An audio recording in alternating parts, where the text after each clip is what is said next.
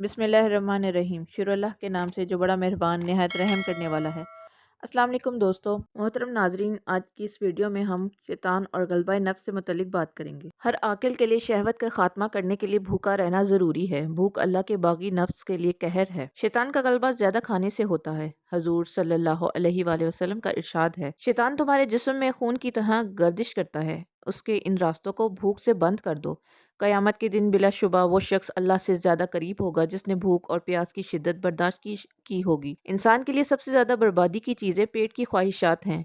पेट होने की बदौलत हज़रत आदम और हव्वा ज़मीन पर उतारे गए। इसकी बदौलत शजरे ममनुआ के पास जाने से ना टल सके। यही मरकज़ शहवात। एक दाना का कौल है, जिस इंसान पर उसका नफ्स गालिब आ जाता है वो शहवत का गुलाम बन जाता है, वो बेहूदगी का ताबे बन जाता है, उसका दिल तमाम नवाइज से महरूम हो जाता है। जिसने अपने जिस्म की ज़मीन को शहवात से सैराब किया, उसने अपने दिल में नदामत की काश्त की। अल्लाह ताला ने मखलूक को 3 किस्मों में पैदा किया। फरिश्तों को पैदा किया, उन्हें अक्ल अता की मगर शहवत से महफूज रखा।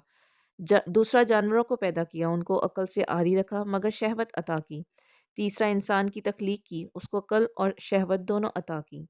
जब इंसान की अक्ल पर शहवत गालिब आ जाती है तो वो जानवर से बदतरीन मखलूक बन जाता है।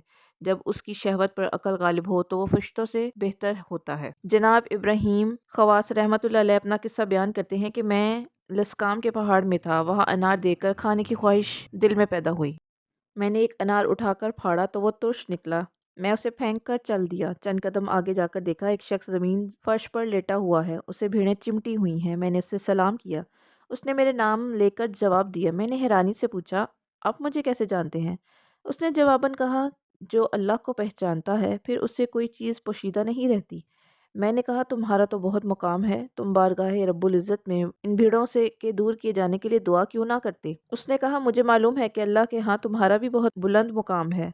तुमने अनार की ख्वाहिश ना होने की दुआ क्यों ना की? क्योंकि भीड़ों की दुनियावी तकालीफ अनार खाने की आखिरत की तकालीफ से बेहतर है। भीड़ें तो जिस्म को डसती हैं मगर ख्वाहिशात इंसान के दिल को डस लेती हैं। और ये नसीहत आमोज़ कालमात सुनकर चल दिया। शहवत बादशाहों को फ़कीर और सब्र फ़कीरों को बादशाह बना देता है। आपने हज़रत यूसुफ़ अलैहिस्सलाम का किस्सा क्या नहीं पढ़ा? यूसुफ़ अलैहिस्सलाम सब्र की बदौलत मिस्र के बादशाह बन गए और ज़ुलेखा अपनी ख्वाहिशात की बदौलत आजिज़ और रुस्वा हुई और बुढ़िया बन गई। इसलिए उसने हज़रत यूसुफ़ अलैहिस्सलाम की मोहब्बत में सब्र ना किया। हज़रत अबू अल हसन राज़ी रहमतुल्लाह अलैह का अपना ख्वाब बयान करते हैं। मैंने ख्वाब में अपने वालिद को जहन्नमियों के लिबास में देखा और पूछा, अब्बाजान, आपके जहन्नुम पहुँचने के क्या असबाब थे?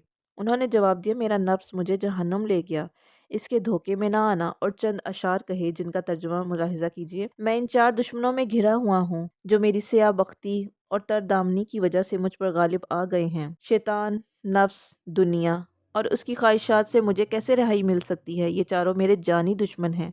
मैं देखता हूँ कि खुद सताई और शहवात की जुल्मत मेरे दिल की ख्वाहिशात अपनी तरफ खींचती रहती है। जनाब हातिम असम रहमतुल्लाह अलैह का इरशाद है, नफ्स मेरा अस्तबल है, इल्म मेरा हथियार है, नाउमीदी मेरा गुनाह है, शैतान मेरा दुश्मन है और मैं अपने नफ्स को फरेब में मुब्तला रखता हूँ। एक आरिफ का कौल है, जहाद की 3 किस्में हैं। पहला, कुफ़ार के साथ जो जहाद है वो ज़ाहिरी है, हुक्म इलाही है, युजाहिदूना फी सबीलिल्लाहि। दूसरा, झूठे लोगों के साथ इल्म और दलाइल से जहाद, हुक्म रब्बानी है, वजादिलहुम बिल्लती हिया अहसनु। तीसरा, नफ्स के साथ जहाद जो बुराइयों की तरफ ले जाता है, हुक्म मालिक कायनात, वल्लज़ीना जहदू फीना लनहदियन्नहुम सुबुलना। हजूर सल्लल्लाहु अलैहि वसल्लम का इरशाद है, अफजल जहाद जहादुन नफ्स है, सबसे अफजल जहाद नफ्स के साथ है। जब सहाबा कराम रज़ी अल्लाह ताला अन्हा जहाद से वापस लौटते तो फरमाया करते थे, हम जहाद असगर से जहाद अकबर की तरफ लौट आए हैं।